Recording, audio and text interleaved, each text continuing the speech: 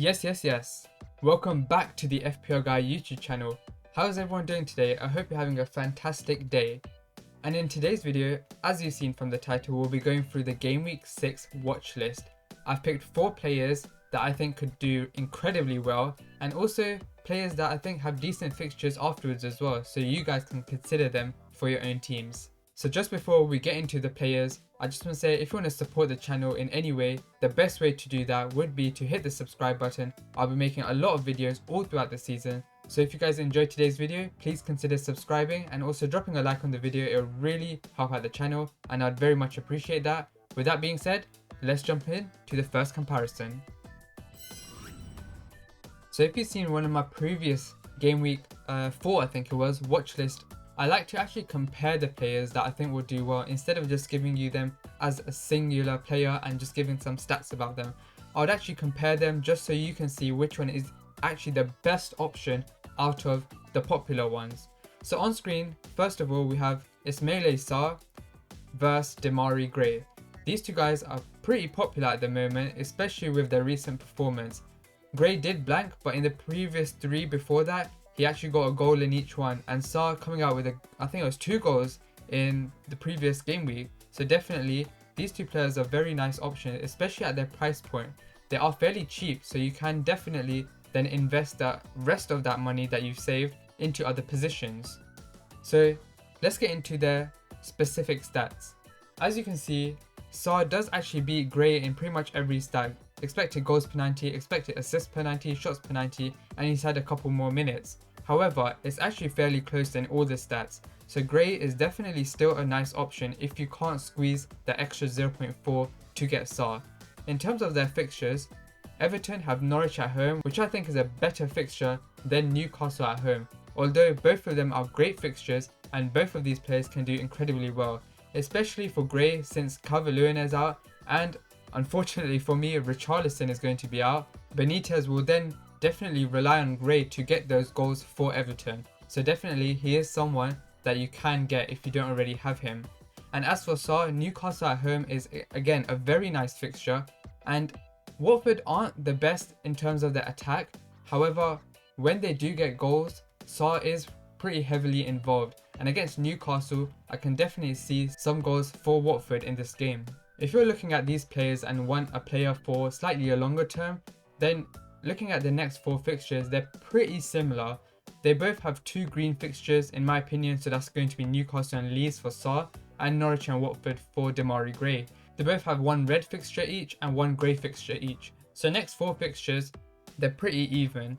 So overall, if I were to pick one of these players, I would get Sarr. Now if you can't stretch to get Sarr, then Demarai Gray is definitely still a very nice pick.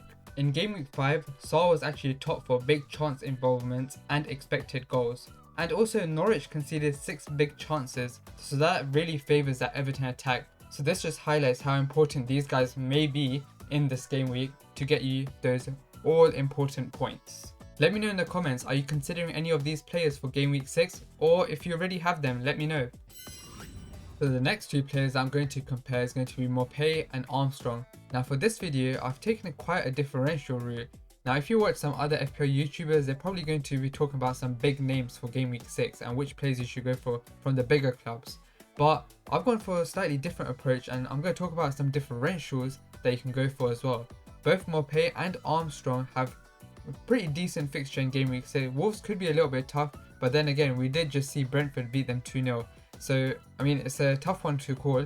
However, I still think that Armstrong could be a decent shout. Now, first of all, let's talk about their fixtures. So, in the next 4, both of them are fairly even. They both have 2 green fixtures each, 1 grey fixture each, and 1 red fixture each. So, if you're looking for the next 4 game weeks, slightly longer term, then they're fairly even. As for Game Week 6 in particular, definitely Brighton have that easier fixture against Crystal Palace. Although it is away, I still think that it will be a better fixture than Wolves at home.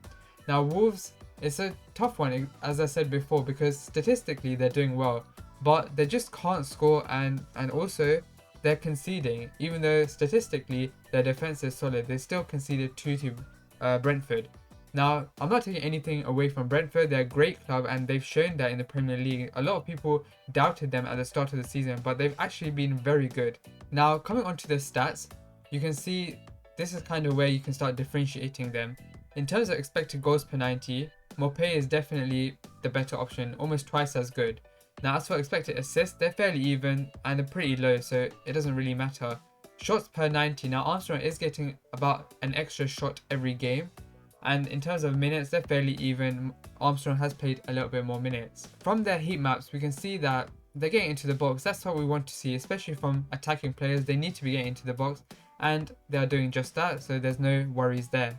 And ownership wise, they're both really big differentials. Now, if you are considering to spend a bigger budget in your midfield or defense, then these two guys can definitely fill that forward spot because they are that cheaper option and still they have that attacking ability. If I were to pick one of these two players, if I needed a cheaper forward option for this game week, I'll definitely go for Maupay, as he also has penalties under his belt. Now, just to note one thing, now considering all forwards are fit, I'm not recommending getting these guys over like Antonio, Bamford, Jimenez, these types of guys.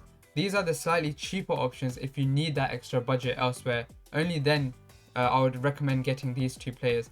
At this price point, they are definitely great picks. However, if you can stretch that extra million or $1.5 million, then definitely go for the likes of Antonio, DCL, Jimenez and these sorts of players because they're statistically, they are doing better. So we'll leave it at that for today's video, guys. If you enjoyed today's video and found it useful in any way, then please consider subscribing and sharing this video out. I'm trying to hit 600 subscribers by the end of this month, so please help me do that. Share it with your friends, share it with your family, send it in your group chats. I would very much appreciate that. And also please drop a like on the video, it really helps out the channel. And let me know, guys, in the comments if you have any questions about your game week 6 teams.